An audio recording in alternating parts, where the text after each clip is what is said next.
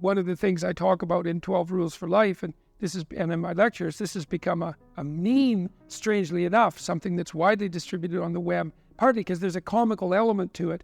It's to clean up your room. And everyone laughs about that because I'm taking that seriously. It's like, well, clean up your room. Everyone's mother has told them that 1,000 times, right? But I try to explain why. It's like, well, you have a bit of chaotic potential right in front of you. It's, in some sense, infinite in its potential.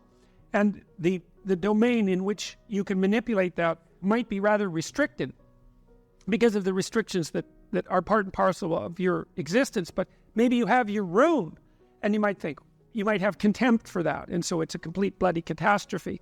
But you don't have to. It isn't a room, it's a place of potential. And as soon as you know that, then it's not your room anymore. It isn't a room. The room that you see is your preconception of the space that you inhabit. What's there is a fragment of infinity. That's what's there. And what you see is the low-resolution consequence of your assumption and lazy habit and blindness. That's your initial room. And you think, well, no, that's not the room. See, part of what artists do, for example, when Van Gogh paints a room and you look at it glowing, he's trying to show you what's beyond your perception of the room. And I mean this technically, like the way that your visual system is set up is that whenever memory and presumption can replace direct perception, it will, because it's simpler. So you literally see what you expect to see. And if what you see is dull and drab and boring and pointless and uninspiring, then that's you. It's not what's there. And what the artist does when he or she re-represents that mundane reality is to remind you of what's behind it, the potential that's there. And so what I'm suggesting to people is that they take the potential that's right in front of them. It's like, okay, and here's the rule. You're aiming up.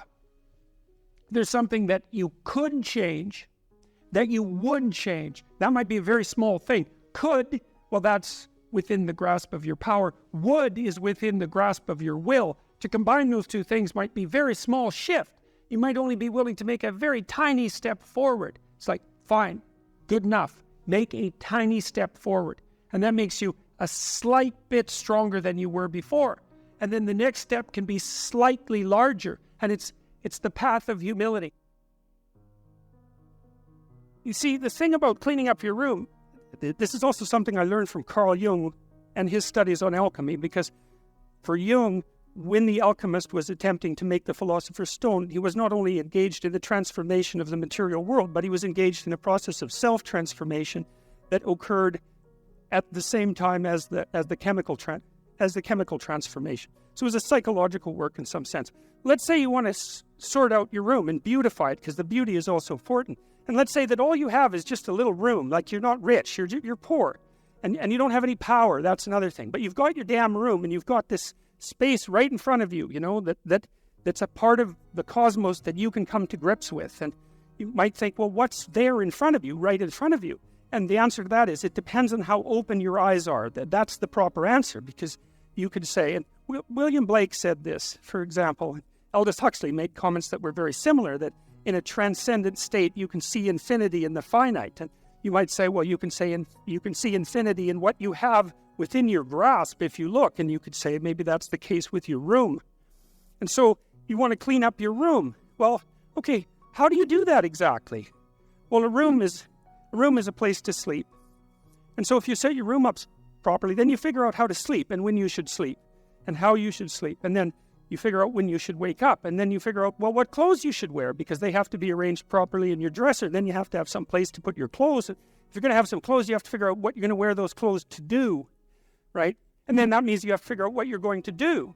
And then your room has to serve that purpose, because otherwise it isn't set up properly. And if it doesn't serve your purposes, you will be unhappy and not happy in the room, because the way that we perceive the world is as a place to move from point A to point B in. And then if the place that we're in facilitates that movement, then we're happy to be there. And if the place that we're in serves as an obstacle to that movement, then we're unhappy to be there. And so what it means to set up your room is that you have to have somewhere to go that's worthwhile, or you can't set up your room, and then your room has to be set up to facilitate that. And then the next thing is, well, maybe you have to make it beautiful. But that's not easy, right? That means you have to have some taste. And that doesn't mean you have to have money. It doesn't. Because you can be garish with money, and you can be tasteful with nothing.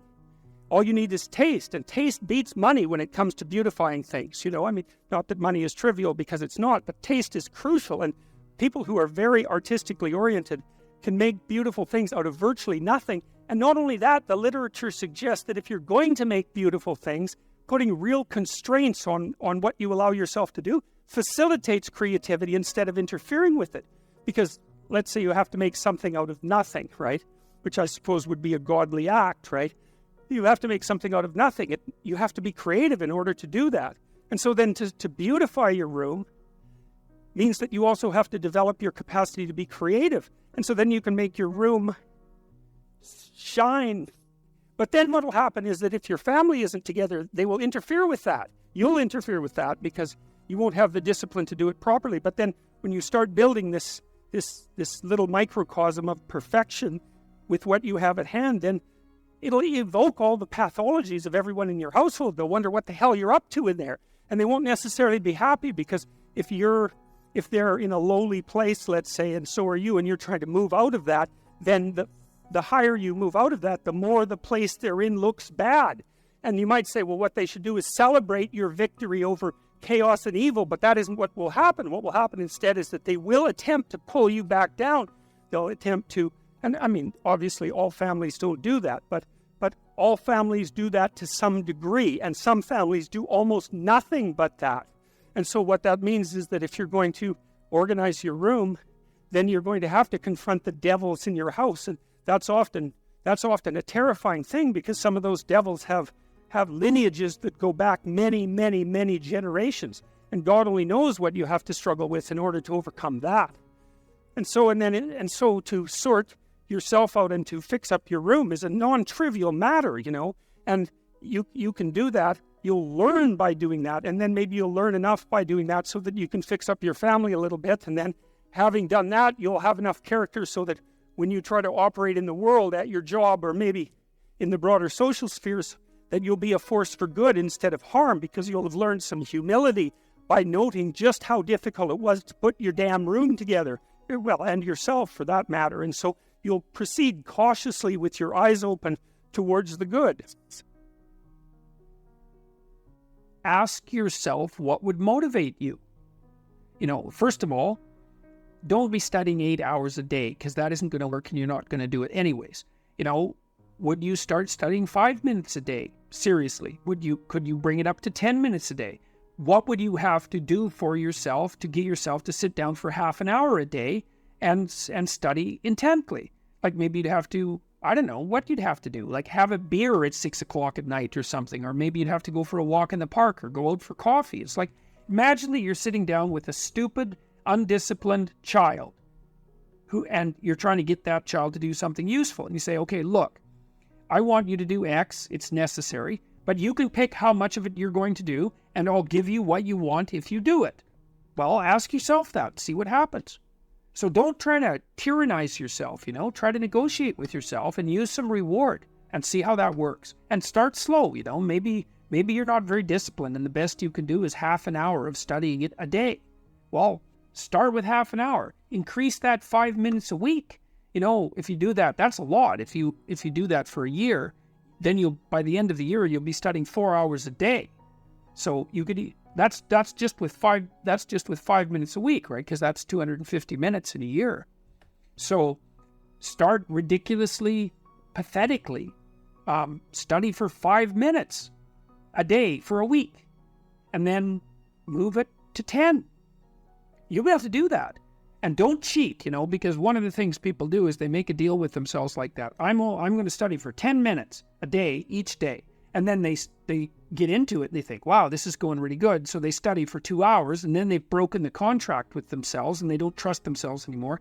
And then they don't study for a whole year, or, well, maybe not, for a month. So, but set your contract. Ask yourself, what could I do to move myself forward to my goal that I would do? And then how could I improve that incrementally? Remember what happens in Pinocchio. Pinocchio goes to Pleasure Island, and Pleasure Island is a place where impulsive pleasures can be had at a moment's notice. But what Pinocchio discovers, along with Jiminy Cricket, that Pleasure Island is run by masked totalitarians. They're all dressed in black, you remember, and they're turning the children and adolescents who are on Pleasure Island, they're depriving them of their voice, turning them into braying jackasses, and preparing to sell them as slaves to the salt mines. And so there's an implication in that story that the pursuit of impulsive pleasure is one route to totalitarianism and slavery, and I believe that. So perhaps orienting your language towards the gathering of impulsive pleasure is a misuse of your highest gift, the gift of logos, the gift of communication.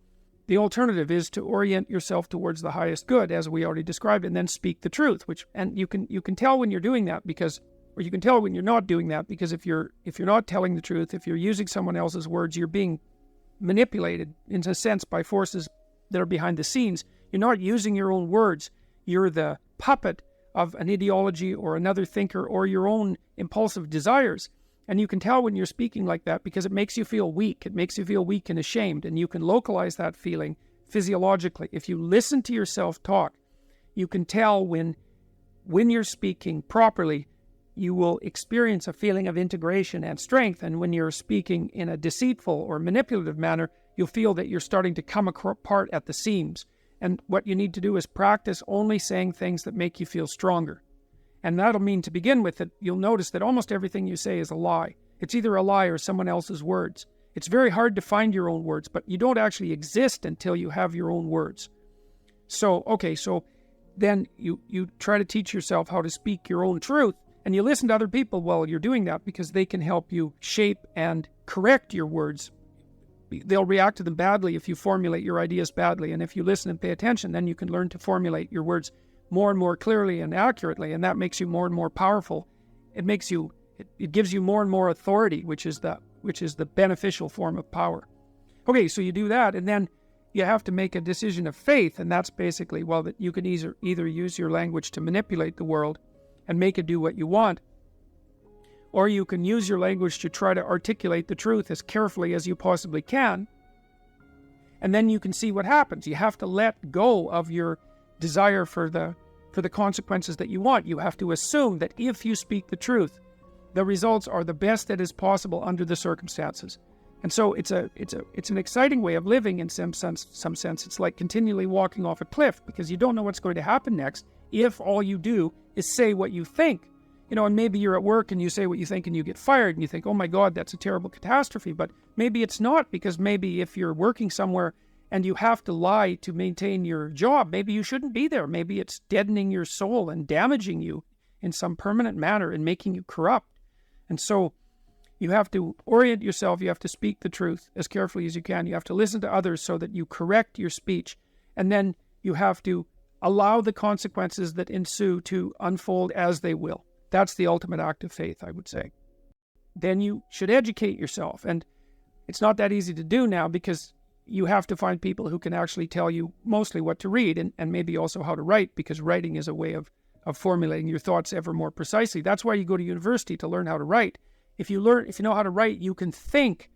If you can think and speak and communicate in writing, you're unbelievably powerful in the authority manner, because arguments move the world forward. And if your arguments are tight and well constructed and lucid and well edited and carefully thought through, and you have 5 rationales for everything that you're doing, which is what happens if you learn to write properly, then you're like a force of nature, man. No one can take you down. And that's one of the things that people aren't taught about why you go get educated, especially in the humanities. Humanities education, if it's real, organizes your psyche, grounds you, puts you on a rock, and makes you a force to contend with. But you have to read the right people. And those are they're the great people of the past. In my list, they're the great men of the past, and that's just how it is. And so here's who I would recommend. I put reading lists up at jordanbpeterson.com. There's 2 of them. And the people that I recommend primarily they're books written by the following list of people: Fyodor Dostoevsky, Leo Tolstoy, who I think perhaps the greatest novelist the world has ever seen, Alexander Solzhenitsyn, another great Russian novelist. I don't know what it is about the Russians, but man, they produce writers that are incomparable.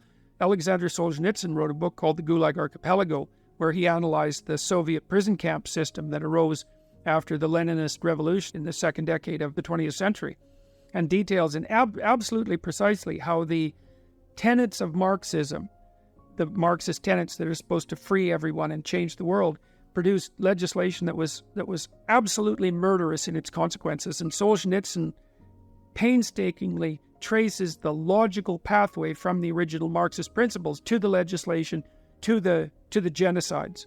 Because you'll hear people who are basically Marxists say things like, well, true Marxism never existed. And Solzhenitsyn took that argument apart in the mid-70s, and the Gulag Archipelago was an intellectual bomb. It demolished any credibility that Marxism had to intellectual respectability. You have to read the book. The book is about the central issue in our culture at the moment. If you don't read it, you're not informed. You can't participate in the debate except as a puppet. And so I wouldn't recommend participating in this debate as a puppet, because you don't know who's behind the scenes pulling the strings. If you remember the Pinocchio story, the forces that were pulling the strings were not forces that were acting in Pinocchio's best interest, that's for sure. George Orwell, English essayist, incomparable commentator on socialist totalitarianism, even though he was a left-winger and a brilliant one. Aldous Huxley, who wrote Brave New World, had some very brilliant things to say about the potential demolition of sexual choice, of sexual partner as a part of a dystopian future. Friedrich Nietzsche, a philosopher who described himself as someone who thought with a hammer. And Nietzsche is a very, very dangerous person and an absolutely brilliant writer. And Carl Jung, who was a student of Nietzsche, and Nietzsche was the philosopher who had announced the death of God back in the late 1800s, and Jung spent his whole life attempting to revivify God. That's one way of thinking about it. And so if you educate yourself, and this is a really good place to start, if you read these authors, then you'll know what else to read. If you read these authors, it'll take you a good long time, and it will be very, very hard on you, and you won't be the same person when you come out, and that's very frightening. And because being torn down and rebuilt is no joke, but it beats the hell out of the alternative, which is just to stagnate and stay a stagnant infant, which is not something I recommend. There's nothing uglier than a stagnant 40-year-old infant. So that's equivalent, just so you know, to Pinocchio. Back to the Pinocchio story, rescuing Geppetto from the underworld. Remember when he had kind of turned into a half jackass after being at Pleasure Island, where he was enticed, by the way, from a couple of people that was the fox and the cat, who attempted to entice himself into believing that he was a victim and needed a vacation. So Pinocchio was enticed onto Pleasure Island by two figures that played on his sense of victimization and neurosis and suffering to convince him that he didn't have to take any responsibility for his own existence, and he could just busy himself with impulsive pleasures, right? That's how he fell into the hands of the totalitarians on Pleasure Island. Anyways, Pinocchio, after he left Pleasure Island, had to go into the ocean twice, and the second time he went into the ocean, he was looking for his father. Well, everyone's father, from a mythological perspective, is dying in the underworld, in the chaos, because everyone inhabits a culture that's sick and old, so to speak, and it's sick and old because it was made by the dead, and the living have to revivify it continually in order for it to be a dynamic force. And the living have to revivify their connection with the culture internally too, because you're constructions of culture, although not only constructions of culture, and you have to understand history, because otherwise you can't understand yourself. You're a historical creature, and so you have to rescue your dead father from the belly of the beast, from the dragon, because remember, the whale in Pinocchio is also a fire-breathing dragon, and that means you have to face the thing that you most fear. And when you do that, you'll rescue your father from the underworld. You have to revivify your father before you can become real. And that's part of the problem with the feminist and social justice warrior insistence on the existence of the patriarchy. It's like everyone's known since the beginning of time that culture is corrupt and tyrannical, but it's also protective and benevolent. Even the language you use is a product of culture. And so you don't overthrow the patriarchy, you revivify your culture. And you do that by adopting responsibility for your own being and then acting as a moral agent in the culture. That's what you do to become educated. So read these books. Read these books. They'll change your life. I guarantee it. They'll change your life. They'll take you apart. They'll devastate you. and then they'll rebuild you into something far greater than you are now. 2 or 3 things that everyone should focus on in their 20s. Well, it certainly doesn't hurt to be in good physical condition, so we can walk through it. Stop drinking too much. How do you know if you're drinking too much? You regret what you do when you're drinking. It's interfering with other important goals. It's causing you financial distress. It's getting you in trouble with your friends or your family. It's getting you in trouble with the police. Okay, so stop abusing substances if you can, right? If you see that they're hurting you. And alcohol is particularly pernicious in that regard. So, physical health. Are you in decent shape? Are you strong and coordinated? And if you're not, well, you'd be better if you were. Right? You'd feel better, you'd be more effective, you'd live longer, you'd be less sick.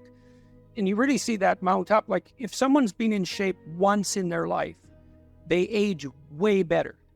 And it's also a really good way of maintaining your cognitive ability. Like, you hear about those exercises that you can do online to make you smarter and keep your cognitive ability intact. Yep. Those don't work. There's no evidence that they work. People keep saying that they make you smarter, they maintain your cognitive function. Psychologists have studied that for 50 years, hoping that one of those things will work. Trying all sorts of creative tacks, they don't work. Exercise works. Cardiovascular and weightlifting, you start to decline in your fluid intelligence at about the age of 25. And it's a linear trend downhill, and it can accelerate as you get older. It's just like this, quite ugly. If you exercise, you stave that off. So that's really useful. Maintain your relationships and foster them. So when I look at successful people, they're really good at something. They're reliable, right? You can count on their word. They're generous, and they have a wide connection network, which becomes more and more valuable as you get older. Yeah. So it's one advantage that older people really have over younger people. They have a connection network, and a connection network is huge. Well, you could be connected to 1,000 well-connected people. Okay, that means you are connected to the entire world. Right, it's unbelievably valuable. And that's one of the things that's so absolutely remarkable about the situation that I'm in right now. As far as one of the great benefits is I can contact pretty much anybody and they'll talk to me. It's like, really? That's so cool. I'm interested in infrastructure for reasons I won't get into, but I'm interested in infrastructure development. I think it's a good method of wealth transfer. It's a good solution to the problem of inequality and employment. I reached out to a leading expert on infrastructure last week, see if he'd talk to me. I thought, I don't know anything about infrastructure except that it's worn to a frazzle and we should do something about it. Having a connection network is of inestimable value. Reliability, generosity, you can work on both of those. Philosophical sophistication, it's very useful. Because it orients you properly. You have a sophisticated sense of the world. You find, for example, that doing things for other people is actually more rewarding than virtually anything else you can do. When you hear you should be of service to other people. Well, if you actually watch yourself, you pay attention to yourself and you do something that helps someone else and it genuinely helps them, I defy you to find another experience that is that satisfying. It's actually quite stunning how satisfying that is. And so that's a very useful thing to realize. I could give you a quick sort of technical example. So imagine I take 2 people and I say, okay, I'm going to give you $100 and you have to give some of it to the person right beside you. And they can either agree or disagree with the split, but if they disagree, you don't get anything. Okay, so a classical economist would say that the person should take the 100, offer the person next to them $1, and the person should accept it because why not? They get $1 instead of nothing. And that's the solution. But what happens is that if you don't offer that other person something close to 50-50, they're likely to tell you to go to hell. Yes, very. And then you get nothing.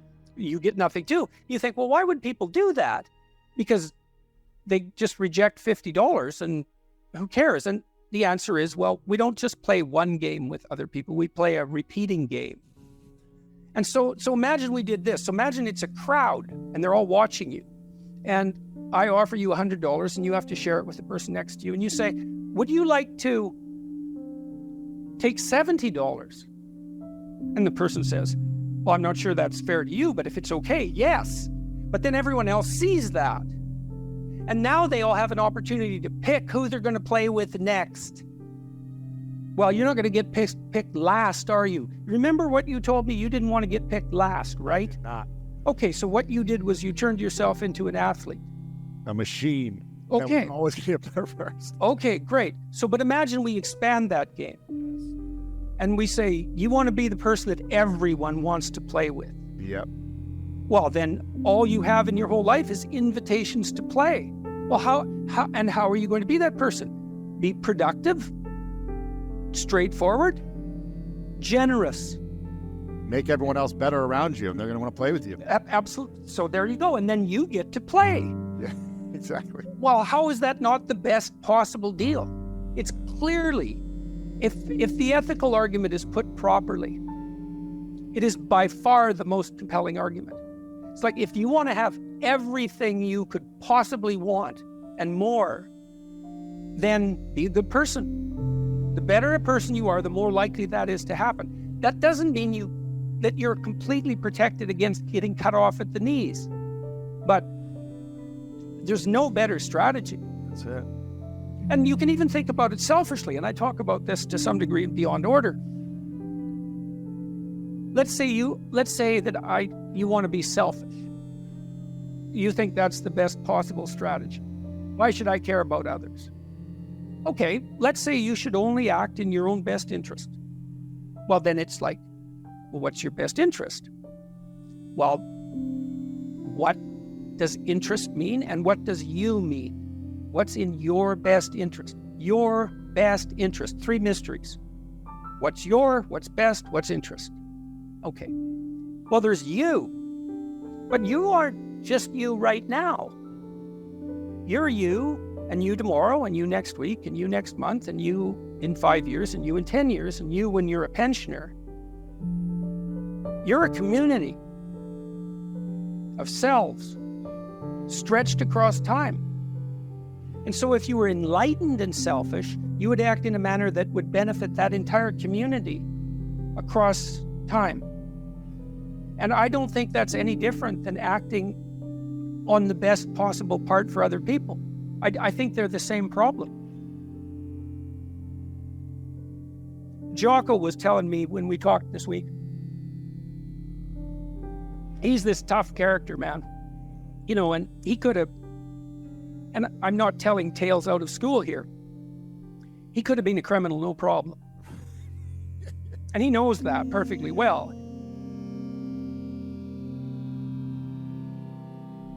I'm not saying that as a slur on his character, partly because I believe the Nietzschean dictum that a lot of morality is just cowardice.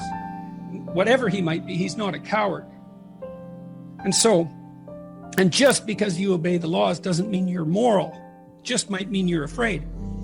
In any case, so the question is, well, what socialized this brute? Well, he was taught in the Navy SEALs. Take care of your team. That's your fundamental purpose.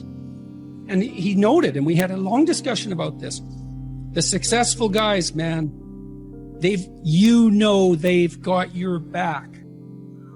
Right? You know that above all. Yeah, and if you aspire to a leadership position among those brutes, let's say, and you aren't someone they know to have your back, they're not following. I'm having a hard time disciplining myself. I particularly struggle to establish a schedule. How did you make a schedule so that many of your highest goals could be attained? I know that you've talked about making a schedule on many occasions, but I would like a look inside your schedule from the time that you think was your prime. Well, some people find it harder than other people to make a schedule. One thing you might consider doing is doing the personality test at understandmyself.com and seeing what you're like. Maybe you're particularly low in conscientiousness, in which case making a schedule and sticking to a routine, an orderly routine, is going to be quite difficult for you. But that'll at least help you understand perhaps at least some of the problem. Maybe you're high in negative emotion or neuroticism, and so you worry too much about making the schedule, and that just stops you from doing it. I would say, well, first thing to do is, there's two things you could do. First of all, the first thing you might want to do is figure out why you want to make a schedule to begin with. So you talked about goals. Well, what is it that you want to accomplish? The Future Authoring Program at selfauthoring.com, another one of our websites, helps people make a detailed plan for the future. And so you can't really have a schedule without having a plan, because the activities you schedule should be intelligently related to goals you wish to achieve that are important to you. And so you need to have goals that you wish to achieve that are important to you, and you have to know what they are. And that's complicated, right? That's like a plan for your life. So it's very difficult. And so that's why we produced this exercise, which helps step you through the process of deciding what you want and need.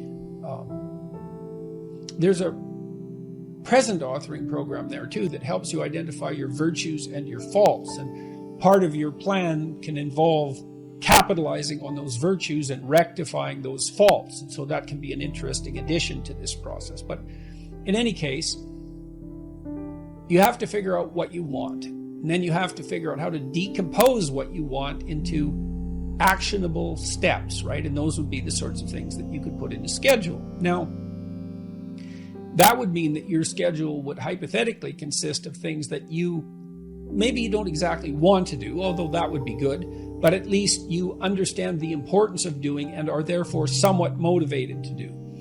And then you need to break those steps down into small enough increments that you're highly likely to undertake them. So for example, this is a trivial example, maybe you have to do a report on a given topic for school, and you're not very good at that. Well, maybe you could go to the library one day and just check out the library. That might be enough. And then maybe you could go to the library, take out a book, and then maybe you could open the book and look through it. And those would be on different days. And then maybe you could sit down and read the first page of the book. And if you can't do that, then the first paragraph. You have to negotiate with yourself and figure out what the largest step you would take towards your goal is that you would take. And if you don't do it, then you make the steps smaller and smaller until you find something that you would do. The next thing you need to do, potentially, is to familiarize yourself with a scheduler like Google Calendar. So the first thing to do is open it. And then maybe to figure out how to put in a task and then a repeating task. And might be a pretty simple one to begin with. It's like, well, why don't you list waking up and specify a time, or going to bed and specifying a time, an approximate time anyways, or put in the schedule when you eat. And those are things you do every day. And so that's something you're pretty likely to do. And so that's a success for you. And then you can start by putting in something small. Maybe you need to read, maybe you need to exercise, maybe you need to have a social event with people. Maybe you need to watch TV, a movie, whatever. It doesn't matter what it is. Hopefully it's something you want to do. Put it in the schedule.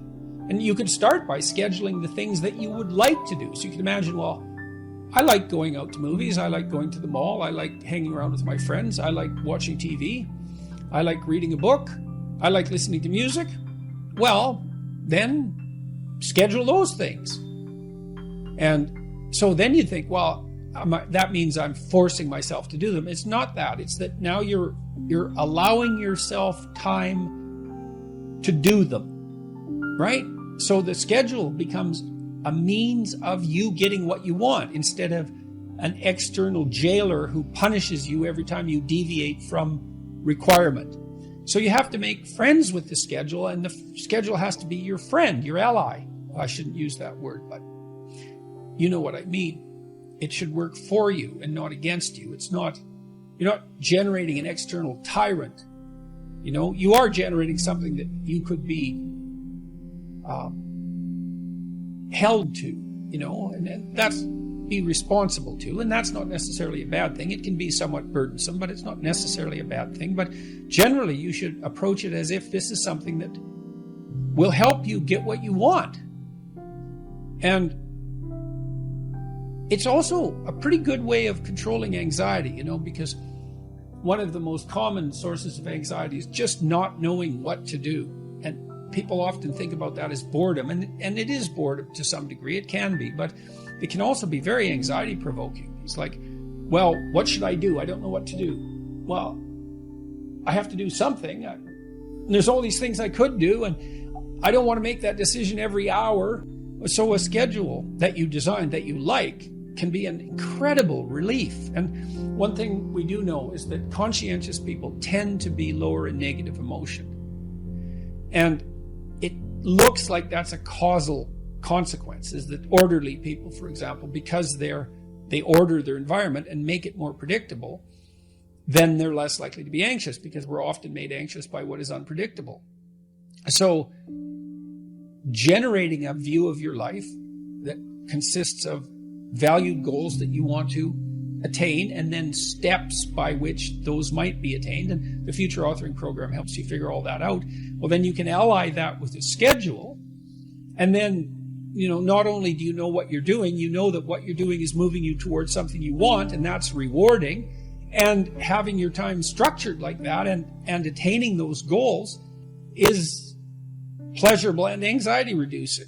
So, that's a pretty good deal, all things considered. And you can start stupid and slow. Like I said, just throw some things in that you're pretty likely to do, and fill in the schedule with broad strokes. And then as you get familiar with it and comfortable with it and maybe even happy with it, you can fill in the details and start to use it in a more sophisticated way. Everyone I know who's accomplished, almost everyone I know who's accomplished, does structure their time explicitly in that manner. They've learned to do that over the years. Now, not everyone does that. Really, really entrepreneurial people might have a harder time with it, especially if they're low in conscientiousness. But, and then with regard to the personality test, maybe you do a personality test, the personality test I mentioned, say, and you find out that you're agreeable but low in conscientiousness. Well, so it's going to be harder for you to stick to a schedule, but you do like to please other people, so that's one of the things that you could schedule. You'd be highly likely to do that. If you're extroverted, you could schedule time, socializing with people. If you're introverted, you could schedule time by yourself, walking in nature, for example, or doing whatever else it is that you might want to do by yourself. If you're open, you could schedule in creative time, and then you'd be motivated to do those things. So you're having a hard time disciplining yourself. That's par for the course. Like I said, really conscientious people are more inclined in that direction. But it's hard to discipline yourself in relationship to a goal. It's like training a cart horse to pull a cart. It's difficult. And so start with little things, and maybe little things that you want to do, and then you can proceed to harder things that you don't want to do so much, for their extrinsic or intrinsic utility, but you have to do them because they're related to something important. You'll get disciplined across time if you do that, and incremental improvement that's sustained is extremely powerful from the perspective of transformation.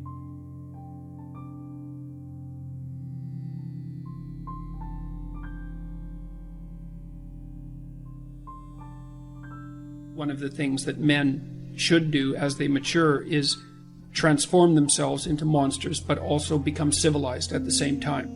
And that's exactly what you see in stories like Beauty and the Beast, where the ideal man starts out as a beast and ends up civilized. He doesn't start out as a milksop, wimp sort of character who poses no threat to anyone and then becomes the hero. That isn't how it works, although there are stories of that kind of development. The reason that Harry Potter can withstand Voldemort is because he's got a piece of him, right? He's been touched by it. And the way that you keep the psychopaths at bay is to develop the inner psychopath so that you know one when you see one, right? But that's a voluntary thing. It's like a set of tools that you have at your disposal, which is full knowledge of evil. The question is, well, should you turn into a monster? And the answer to that is yes, you should. But you should do it voluntarily and not accidentally. And you should do it with the good in mind rather than falling prey to it by possession, essentially, because that's the alternative. And how does it possess you? That's easy. Your suffering makes you bitter. Your bitterness makes you resentful. Your resentment makes you vengeful.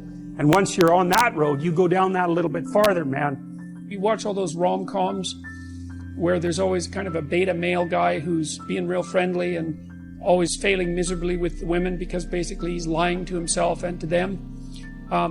He's a persona.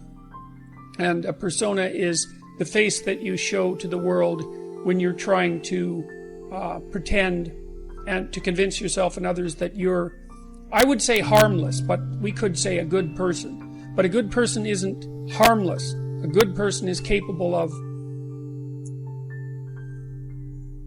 well, maybe a good person is capable of anything, but is willing to hold that in abeyance. Well, if you're harmless, you're not virtuous. You're just harmless. You're like a rabbit. A rabbit isn't virtuous. It just can't do anything except get eaten. It's not virtuous. If you're a monster and you don't act monstrously, then you're virtuous. The hero has to be a monster, but a controlled monster. Batman is like that. I mean, it's everywhere. It's the story you always hear. For example, lots of my clients, my clinical clients, are too agreeable, and they're generally women because women are more agreeable than men, but not always, because I've had agreeable men as clients as well. And what happens is they're resentful and they don't know how to stand up for themselves, and it's because they're very compassionate by nature. And so if you're entering into a negotiation with them, they'll let you win. Well, that's not so good, because you need to win too, especially if you're in an organization of adults where there's a struggle, right? When you have kids, you can let them win. Especially infants. You have to let them win, and that's partly why compassion is so necessary. But as a basis for negotiation between adults, it's insufficient. You have to be a bit of a monster so that you can say no. And so a lot of what you do in psychotherapy is treat people's anxiety and depression. That's a huge chunk of it. Help them straighten out the way they think. That's a huge chunk of it. But another chunk of it is, well, let's toughen you up. Let's put you in a position where you can bargain. Let's teach you how to assert yourself and stand up for yourself. And that's assertiveness training. And it's a huge chunk of psychotherapy. And you need to learn it. It's because part of how you regulate your interactions with other people is to negotiate. And you cannot negotiate unless you can say no. You can't do it. And it causes conflict to say no, and if you don't like conflict, which is basically the definition of being agreeable, then you can't tolerate the conflict, and so then you can't negotiate on your own behalf, and so then you keep losing, and you're bullied, and it's not good. Then you get resentful, and it's really not good. So you have to develop your inner monster a little bit. And then that makes you a better person, not a worse person. It's weird. It's weird, but that's just how it is. Without the capability for mayhem, you're a potential victim to mayhem. So you need your sword. It should be sheathed, but you need to have it. And it's very frequently the case. If you treat someone with post-traumatic stress disorder, there's two things you have to do. You have to help them develop a very articulated philosophy of evil, because otherwise their brain bothers them over and over and over. Why were you so naive? How did you become victimized? Why were you such a sucker? These are good questions. You don't want to have that happen to you again. You don't want to be exploited twice. Okay, so your eyes have to open up. We know the price of that from the Egyptian myth, right? You come into contact with Seth. What happens? Even if you're a god, you lose an eye. It's no joke, man. It's no joke. And then the cure for that is the movement down into the underworld and the revitalization of the Father. That's the identification with the force that created culture, right? And that then there's you and that together. Then you can withstand malevolence. Maybe you can withstand tragedy and malevolence. And second, they have to learn to become dangerous, because that's the only way out. What's the alternative? They get these recurrent thoughts about their vulnerability in the face of malevolence and their own naivety, because by definition, if someone psychopathic has exploited you, you're too naive. It's a definitional issue. You can say, well, that's no fault of mine. How the hell could I be prepared? Fair enough, man. A perfectly reasonable objection doesn't solve your problem. The meek shall inherit the earth, but I was looking up the multiple translations of the word meek, and meek is actually derived from a Greek word, of course, meant something like those who have weapons and the ability to use them, but determined to keep them sheathed will inherit the world. And that means that people who are capable of force, let's say, but decide not to use it, are in the proper moral position. And Nietzsche commented on that a fair bit too. You know, he thought of most morality as cowardice, not because morality itself was cowardice, but because most people who are cowards disguise their cowardice as morality, and they claim that their harmlessness, which is actually a consequence of their fear and inability to be harmful, say, or to be dangerous, is actually a sign of their moral integrity. And that's a really bad idea. There's two pathways to the development of the shadow, and they're tightly allied with one another. The fundamental pathway is truth, and that's to face the bitter truth about yourself. But to break that down more particularly, you might think about that as the capacity to observe your own resentment. You're going to be resentful and bitter in many situations because you don't get what you want. And if you watch that resentment and bitterness, you'll see that it produces fantasies that can be unbelievably dark. And that can be very frightening, and you might not want to admit to yourself that you're actually capable of having fantasies like that, or impulses like that, or aggressive feelings like that. But the thing is that if those aggressive feelings and impulses and fantasies are integrated into your character, it's like you're opening up a dialogue with a part of yourself that can be very forceful and strong and dangerous. And it's really useful to be dangerous, because if you can be dangerous, you often don't have to be. Men who've integrated their shadow often also develop a kind of peculiar grace that would be a consequence of not only allowing their aggressive side to step forward, but also their feminine and compassionate side that they may have kept squelched because of embarrassment about it, or because they'd been harassed for being weak, or any number of things. But the practical approach for developing your shadow, I would say, is to contemplate and consider your resentment and notice what it says. And because your resentment will also tell you what you have to say. If you're feeling oppressed at work, or you're oppressed in your life, or you're oppressing yourself, then you got to notice that you're feeling oppressed. Then you have to notice that you're feeling resentful and angry and bitter, and maybe even like Cain in the story of Cain and Abel, because Cain is sort of the archetypal bitter man. And then you have to decide what it is that you need to do in order to remove from yourself that bitterness. And that usually means that there's something that you have to say. And then you have to say it because your soul depends on it. And not only does your soul depend on it, I would say the fate of the world depends on it. Because, you might be wrong, and then you should be straightened out. Maybe you're just being whiny and you have to talk to somebody about that. But it may be that you're actually detecting something wrong, some tyranny that's directed towards you and other people, and it's like your moral obligation to speak up about it. And so many workplaces become toxic, to use a terrible cliche, because the people in them won't speak up for what they actually want, or they speak up too late, and then they're all twisted up about it, and they're torturing other people because they're so unhappy, and so forth and so on.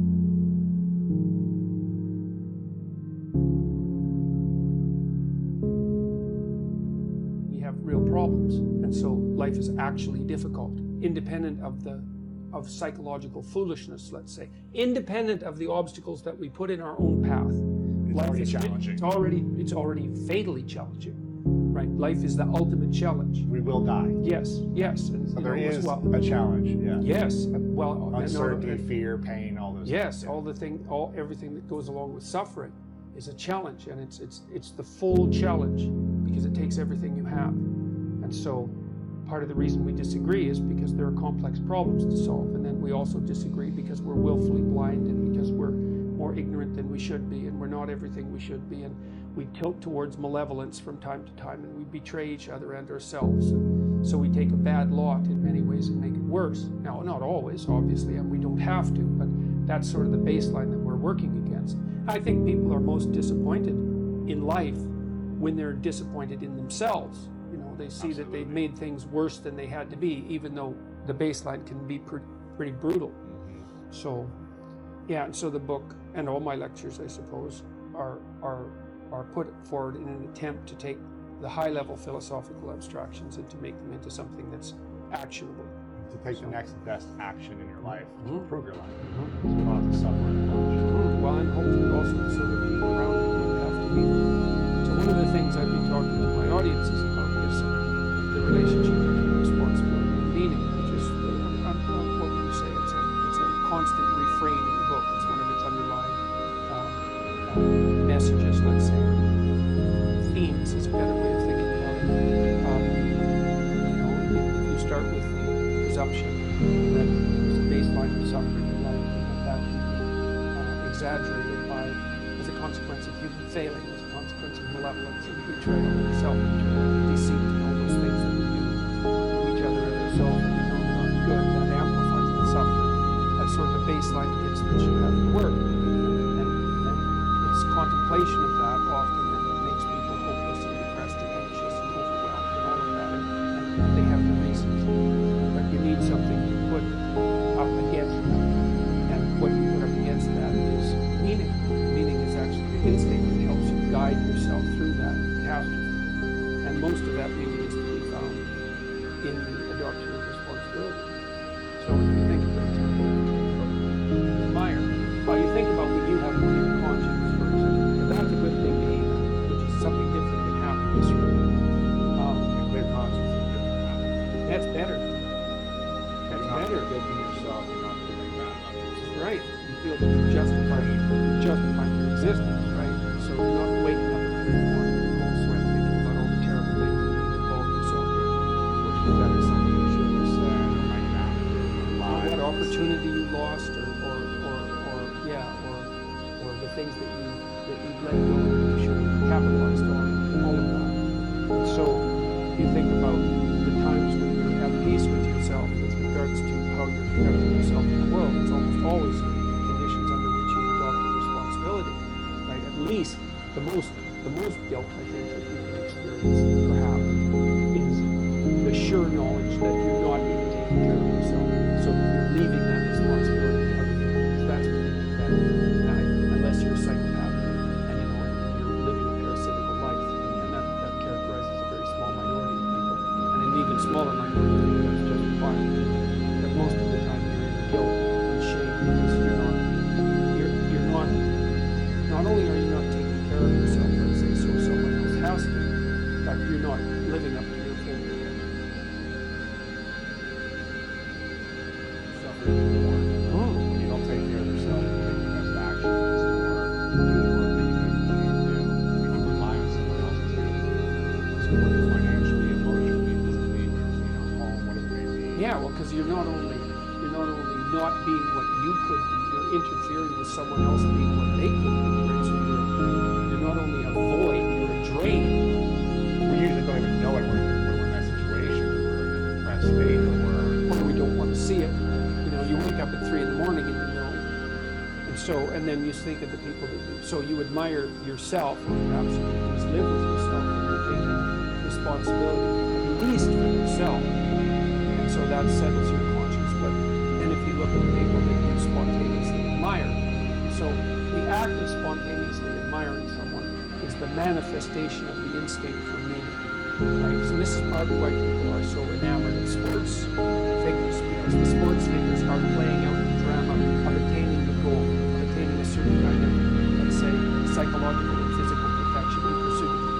That's the drama.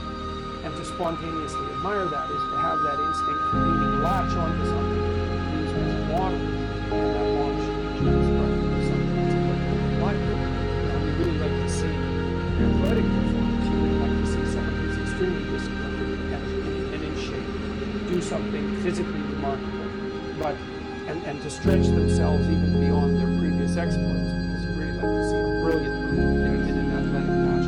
But you also like to see that person ensconced in a broader moral framework, so that not only are they trying to win and disciplining themselves in pursuit of that victory, and then stretching themselves so they continue to get better, but they're doing it in a way that helps develop the whole team, and it's good for the sport in general, and it reflects well on the broader culture. They're great leader of the team, they're positive, they're good sportsmen, competitors, Yeah. not negative to other people, they come up to Yeah. like the ultimate.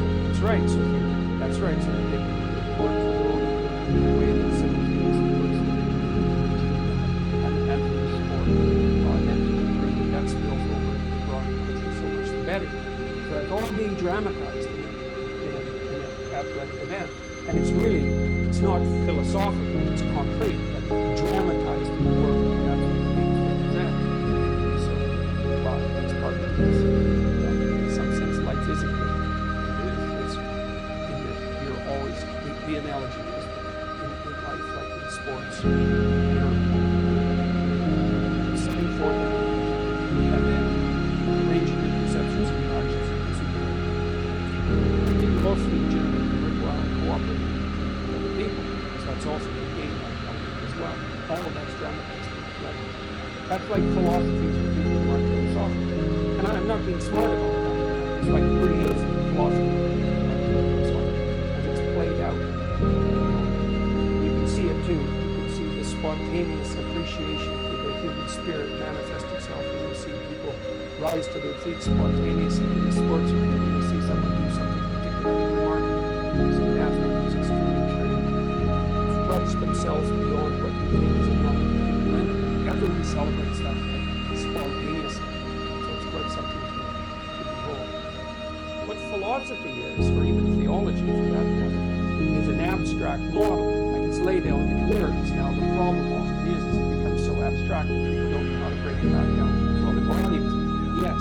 Whereas something like the drama of a sports event is sort of midway between philosophy and action, right? It's not entirely abstract because it's not only coded in words. It's acted out. Visual, you can see an example of what just happened. You can try to reverse engineer it. Well, yes, exactly. Well, at least the fact that you admire the person means that you might start to try to act like them. Now, it's not easy, and maybe that would mean you start to discipline yourself with regards to your sport. But it might also mean that you start to mimic or at least affected in some way by their sportsman-like behavior, right? Which is the ground of a certain kind of ethic. Because if you can play well with others, which is sort of the hallmark of a good sport, then that actually means that you're a reasonably sophisticated and civilized person. It's really important to learn to play well with others. There isn't, that's the ground of ethics. What advice do you have for a young man in his 20s? Make a plan. Look at what you're interested in. Get disciplined about something. Allow for the possibility that you have something important to contribute to the world, and that the world would be a lesser place without that contribution. Don't be afraid of taking on responsibility. It's where you find what sustains you in your life. You can take on too much responsibility. You have to be cautious in that regard, but that's a less common problem than not taking on enough.